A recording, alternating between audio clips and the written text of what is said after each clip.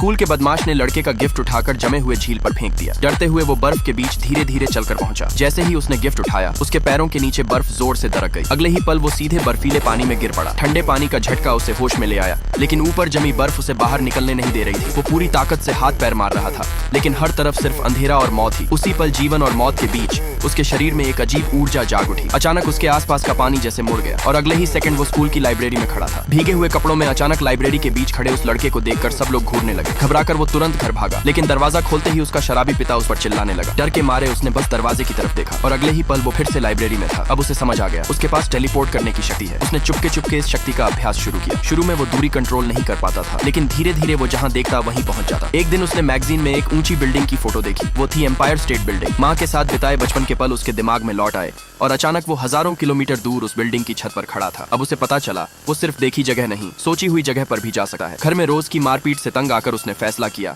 वो हमेशा के लिए यह शहर छोड़ देगा। न्यूयॉर्क पहुंचकर उसने एक सस्ता कमरा किराए पर लिया, लेकिन कुछ ही दिनों में उसके पास पैसे खत्म हो गए। काम न मिलने पर वो एक बैंक के सामने खड़ा खुद से बात कर रहा था। मैं सिर्फ 15 साल का हूँ, लेकिन मेरे पास और रास्ता नहीं। उसने बहाना बनाया कि उसे बाथरूम जाना है और गार्ड के साथ वॉल्ट के पास तक पहुंच गया। दरवाजा बंद होने से पहले उसने अंदर का हर कोना अपने दिमाग में याद कर लिया। उस रात वो बिस्तर पर लेटा वॉल्ट का दृश्य याद करने लगा और अचानक उसका शरीर फिर से चमका। अगले ही पल वो सीधे बैंक के वॉल्ट के अंदर खड़ा था। उसके सामने ढेरों नोटों के बंडल पड़े थे और पहली बार उसे समझ आया उसकी शक्ति उसे हीरो भी बना सकती है और अपराधी भी। आगे क्या होगा पार्ट 2 देखने के लिए सब्सक्राइब करें।